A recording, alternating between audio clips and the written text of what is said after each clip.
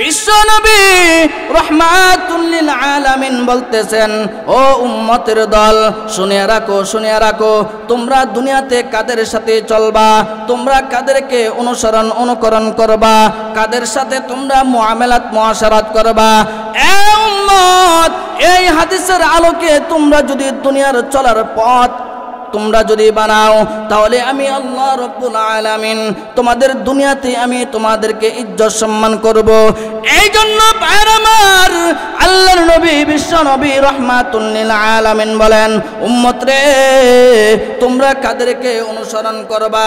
আমি রাসূল বলে দিলাম, লা তুসাহিবি ইল্লা মুমিনা।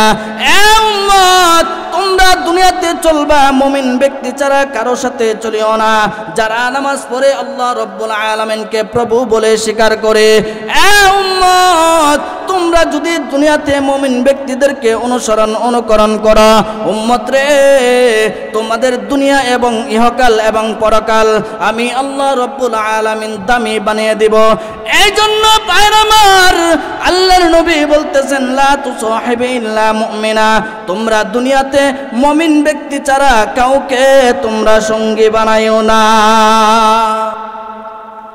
কামা ফাদ্দালা মাকানান আলা মাকান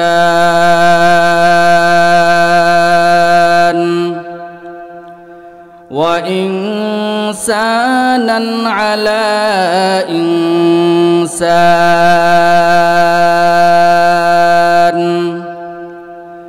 ونشهد أن لا إله إلا الله وحده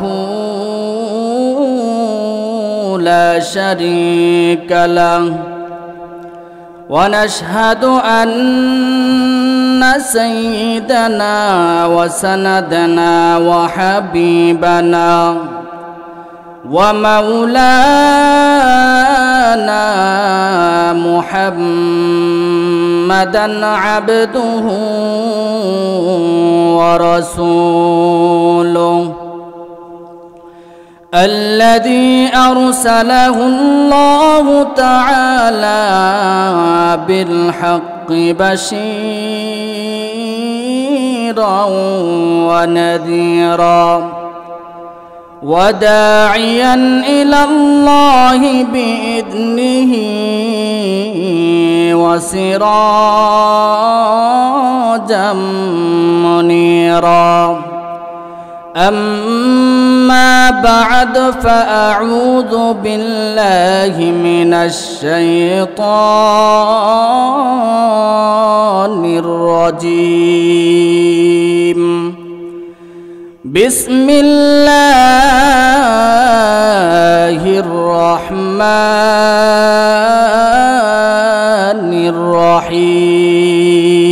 الرحيم يا أيها الذين آمنوا اتقوا الله وكونوا مع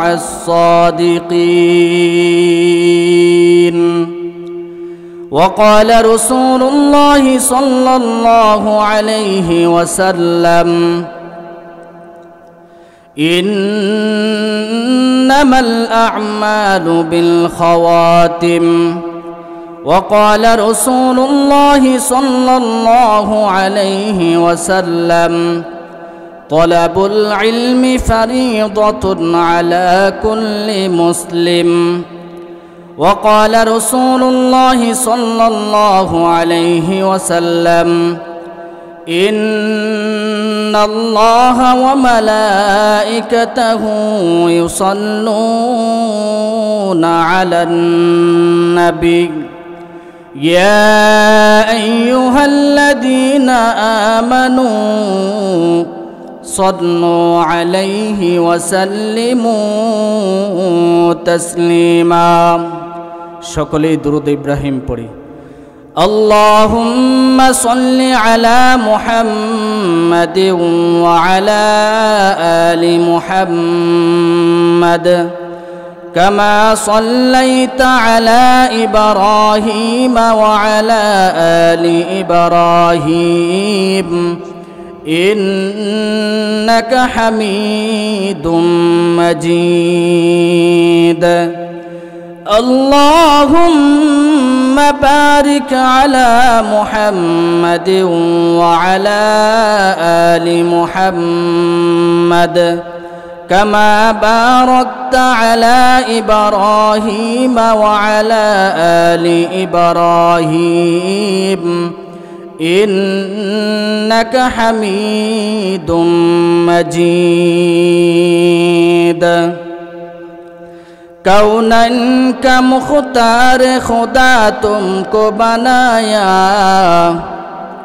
कौनन का मुख्तार खुदा तुमको बनाया उम्मत की निगहबान खुदा तुमको बनाया उम्मत की निगहबान खुदा तुमको बनाया तलवार पकड़ हूँ के निकल मैदान आसिर तलवार पकड़ हूँ के निकल मैदान आसिर दुश्मन की मुकाबिल को लगा नाराए तकबीर दुश्मन की मुकाबिल को लगा नाराए तकबीर अल्हम्दुलिमन क़द्दर खैरन व ख़बाला अल्हम्दुलिमन क़द्दर खैरन व ख़बाला वश्शुक्रु लिमन सव्वर हुस्नन व जमाला वश्शुक्रु लिमन सव्वर हुस्नन व जमाला ला इलाहा इल्लल्लाह ला इलाहा इल्लल्लाह ला इलाहा इल्लल्लाह ला इलाहा इल्लल्लाह मुहम्मदुर रसूलुल्लाह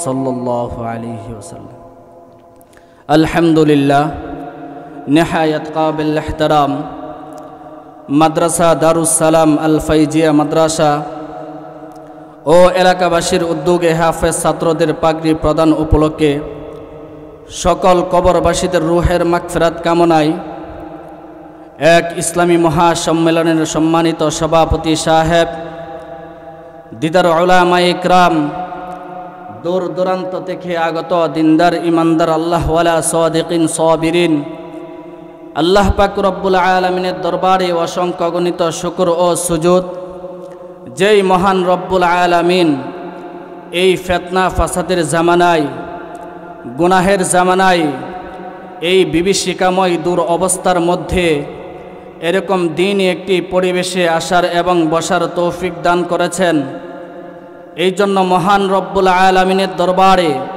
হৃদয়ের গহীন গভীর থেকে হৃদয়ের দরজা জানালা খুলে আকাশচুম্বী উঁচু করে কালিমাতুশ শুকর আদায় করি সকলেই বলি আলহামদুলিল্লাহ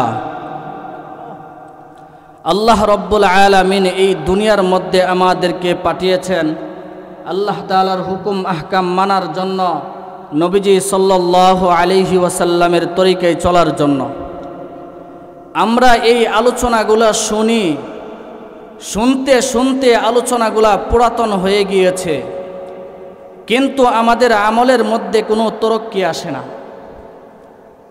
তরক্কি না আসার কারণে আজকে মুসলমান জাতি লাঞ্ছিত অপমানিত নির্যাতিত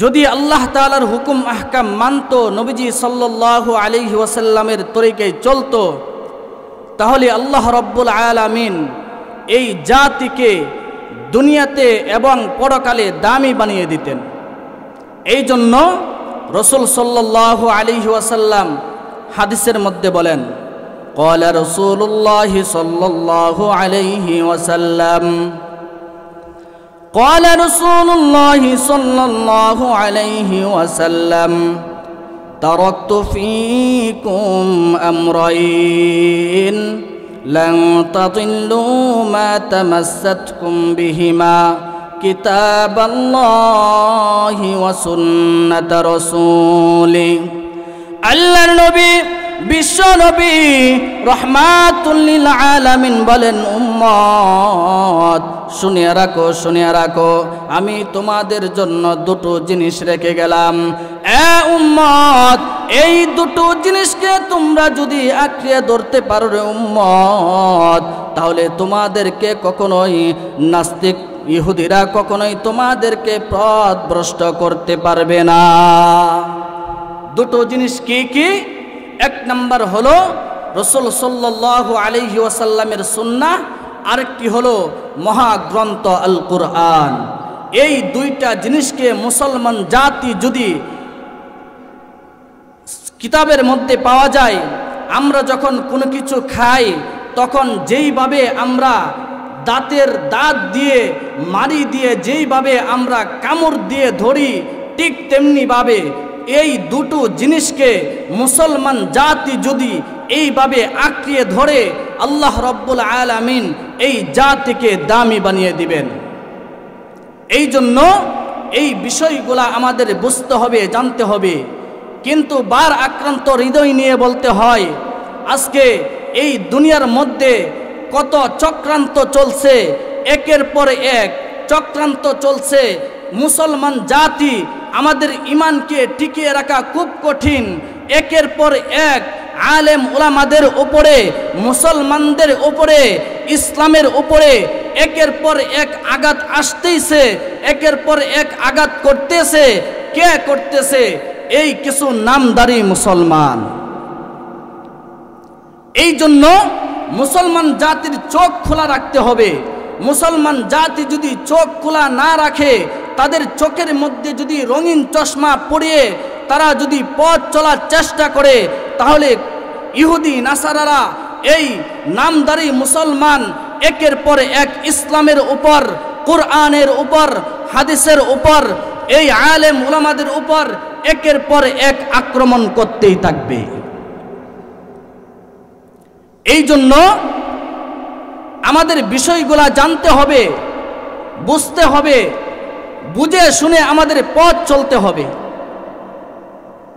এই জন্য আমি আপনাদের সামনে মহাগ্রন্থ আল কুরআন থেকে ছোট্ট একটা আয়াতে কারিমা তিলাওয়াত করেছি। এমনকি রাসূল সাল্লাল্লাহু আলাইহি ওয়াসাল্লামের হাদিসের ভান্ডার থেকে এক এক করে দুটো হাদিস তিলাওয়াত করেছি। আয়াত এবং হাদিসকে সামনে রেখে অল্প কয়েক মিনিট কথা বলবো। ওমা তৌফিক ইল্লা বিল্লাহ। আল্লাহ রব্বুল আলামিন আমার তিলাওয়াতকৃত আয়াতের মধ্যে বলেন, ইয়া আইয়ুহাল্লাযীনা আমানুত্তাকুল্লাহ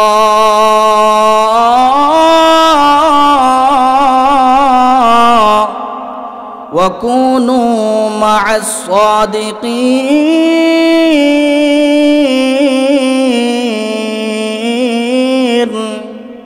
আল্লাহ রব্বুল আলামিন বলতেছেন, হে ঈমানদারেরা, আমি আল্লাহ তাআলাকে তোমরা ভয় করো, এমনকি ওয়াকুনু মা'আস সাদিকিন, তোমরা ওই সাদিকিনদের অন্তর্ভুক্ত হয়ে যাও।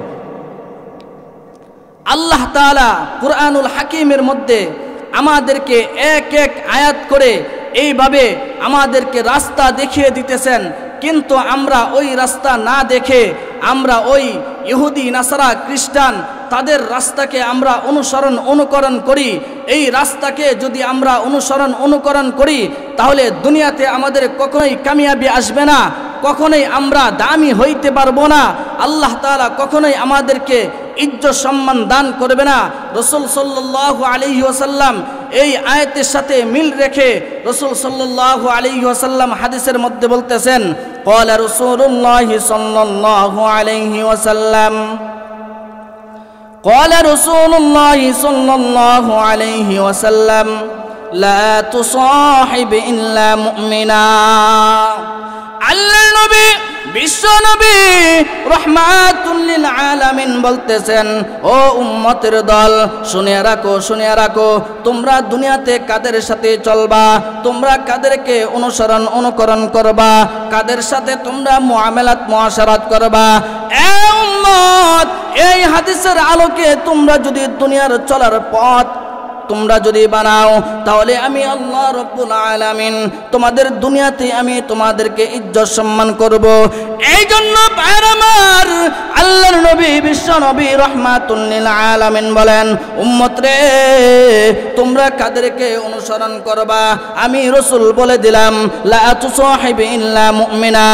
এ উম্মত, তোমরা দুনিয়াতে চলবা মুমিন ব্যক্তি ছাড়া কারো সাথে চলিও না, যারা নামাজ পড়ে আল্লাহ রাব্বুল আলামিনকে প্রভু বলে স্বীকার করে। এ উম্মত, তোমরা যদি দুনিয়াতে মুমিন ব্যক্তিদেরকে অনুকরণ করো, উম্মত রে তোমাদের দুনিয়া এবং ইহকাল এবং পরকাল আমি আল্লাহ রাব্বুল আলামিন দামি বানিয়ে দিব। এই জন্য ভাইরা আমার, আল্লাহর নবী বলতেছেন, লা তুসাহিবি ইল্লা মুমিনা, তোমরা দুনিয়াতে মুমিন ব্যক্তি ছাড়া কাউকে তোমরা সঙ্গী বানাইও না। এটা কার কথা? আমার কথা নয়, আপনার কথা নয়। রাসূল সাল্লাল্লাহু আলাইহি ওয়াসাল্লাম বলতেছেন, লা তুসাহিবি ইল্লা মুমিনা। উম্মত, তোমরা দুনিয়াতে মুমিন ব্যক্তি ছাড়া অন্য কারো সাথে চলিও না।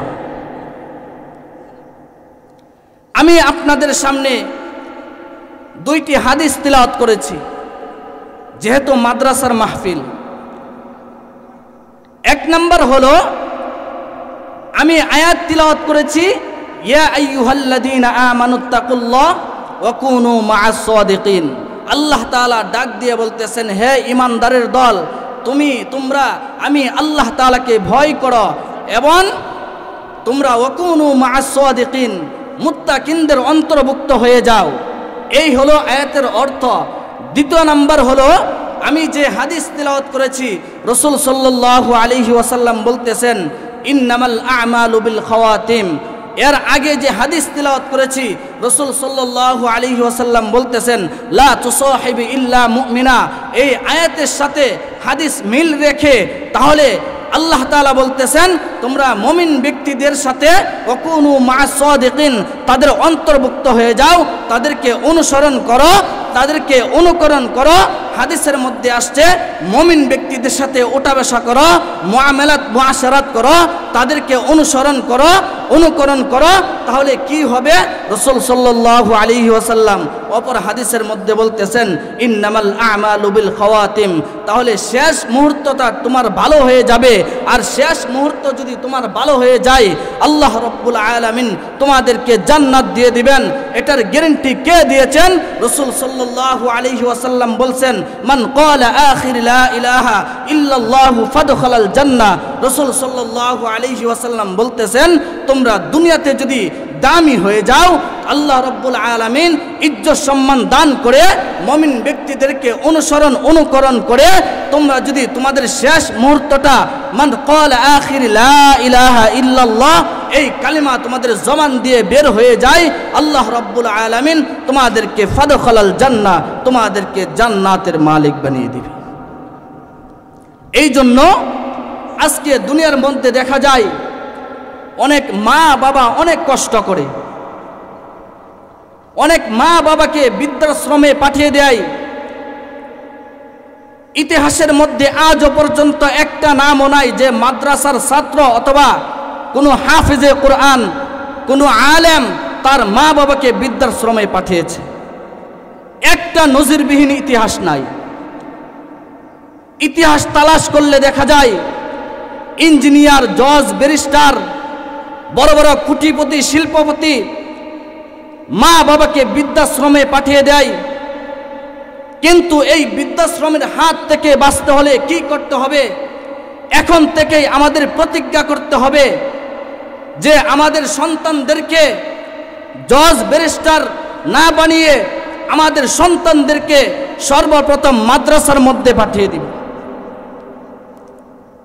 মাদ্রাসার মধ্যে যদি পাঠান তাহলে আপনার সন্তান কোরআন শিখবে, হাদিস শিখবে, মা বাবার সাথে কিরকম আচার আচরণ করতে হবে, কিভাবে কথা বলতে হবে, এই বিষয়গুলা আপনার সন্তান যখন জানবে তখন আপনাকে কখনোই বৃদ্ধাশ্রমে পাঠাবে দূরের কথা, কখনোই কষ্ট দেওয়ার চেষ্টা করবে না।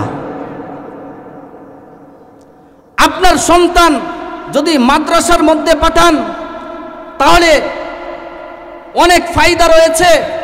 আপনি যখন মৃত্যুবরণ করবেন, আপনার জানাজার নামাজ সে পড়াইতে পারবে। সে যখন মসজিদ মাদ্রাসার মধ্যে যখন খেদমত করবে, বাড়ির মধ্যে যখন চলে আসবে, তখন আসার পরে ফজরের নামাজের পর আপনার কবরের সামনে গিয়ে সূরাতুল ইয়াসিন তিলাওয়াত করে আপনার নামে দোয়া করতে পারবে। এই জন্য একটি উদাহরণ দিলে আপনারা বুঝতে পারবেন। উদাহরণটি হলো, সকালবেলা দেখবেন কোনো মানুষ যদি পেঁয়াজ খায়, পেঁয়াজ যদি খায়, তাহলে দেখবেন তার মুখ যত পেপসুডেন্ট, টুথ পাউডার, যত দামি ওষুধ থাকুক না কেন, এগুলা দিয়ে ব্রাশ যদি করে, তারপরও তার মুখ থেকে পেঁয়াজের ঘ্রাণ যাবে না। কেন? সে ভাত না খেয়ে, চা পান না খেয়ে সে কি করছে, খালি পেটে ঘুম থেকে উঠে সর্বপ্রথম পেঁয়াজ খেয়েছে। এই কারণে তার মুখ থেকে পেঁয়াজের গন্ধ যায় না, যাবেও না। ঠিক তেমনিভাবে আপনার সন্তান যখন 5 বছর হবে, 2 বছর হবে, 4 বছর হবে, 7 বছর হবে, তখন আপনার সন্তানকে আপনি সর্বপ্রথম এই মাদ্রাসার মধ্যে যখন পাঠাইবেন, তখন এই পেঁয়াজের গ্রানের মতন সারা জীবন কোরআনের গান তার শরীরের মধ্যে, জেহনের মধ্যে থাকবে। এই জন্য এখন থেকে আমাদের প্রতিজ্ঞা নিতে হবে যে আমাদের আগামীর ভবিষ্যৎ আমরা কি করব, আমাদের সন্তানদেরকে কি করলে আমাদের ভবিষ্যৎ সুন্দর হবে, এই বিষয়গুলা আমাদের খেয়াল রাখতে হবে। এখন থেকে আমাদের চিন্তা করতে হবে যে আমার সন্তানকে, আপনি আপনার সন্তানকে ডাক্তার বানান, আপনার সন্তানকে ইঞ্জিনিয়ার বানান, আপনার সন্তানকে ডাক্তার বানান, এইভাবে সব কিছু বানান, পুলিশ বানান, আর্মি বানান, কোনো সমস্যা নাই। কিন্তু সর্বপ্রথম আপনার প্রতিজ্ঞা নিতে হবে আপনার সন্তানকে কোরআন পড়িয়ে, তারপরে আপনি আপনার সন্তানকে যদি স্কুলে পড়ান, মাদ্রাসায় পড়ান, ইউনিভার্সিটিতে পড়ান, তাহলে তার সর্বপ্রথম যে কোরআন পড়েছে, হাদিস পড়েছে, এই বিষয়গুলা যখন সে তার জেহনের মধ্যে ধাক্কা দিবে, তখন সে মানুষের সাথে কিভাবে আচার আচরণ করতে হবে, মা বাবার সাথে কিভাবে কথা বলতে হবে, আত্মীয় স্বজনের সাথে কিভাবে কথা বলতে হবে, আলেম উলামাদের সাথে কিভাবে কথা বলতে হবে, এই বিষয়গুলা পরিষ্কারভাবে জানতে পারবে। আর যদি অ্যাডভোকেট বানান, ঘুষখোর বানান, তাহলে কিশোরগঞ্জের ফজলুর রহমান সাহেবের মতন আলেম উলামাদের বিরুদ্ধে কথা বলবে, কোরআন হাদিসের বিরুদ্ধে কথা বলবে। আজকে দেখা যায় কিছু নামধারী মুসলমান রয়েছে, আলেম উলামাদের বিরুদ্ধে তারা কটাক্ষ করে, কওমি মাদ্রাসার মধ্যে এই উপদেষ্টা বানায়, কওমি মাদ্রাসার মধ্যে বাইতুল মুকাররমের খতিব বানায়, কওমি মাদ্রাসার মধ্যে এই তুরস্কে যখন কোরআন প্রতিযোগিতা হয়, তখন ওই কোরআন প্রতিযোগিতা হওয়ার পরে সারা বিশ্বকে পিছনে ফেলে এই বাংলাদেশের কওমি মাদ্রাসার 13 বছরের সন্তান 70 লক্ষ টাকা বাংলাদেশের মধ্যে এনেছে। ঠিক না বেঠে? এই জন্য এখন থেকে আমাদের সজাগ হইতে হবে।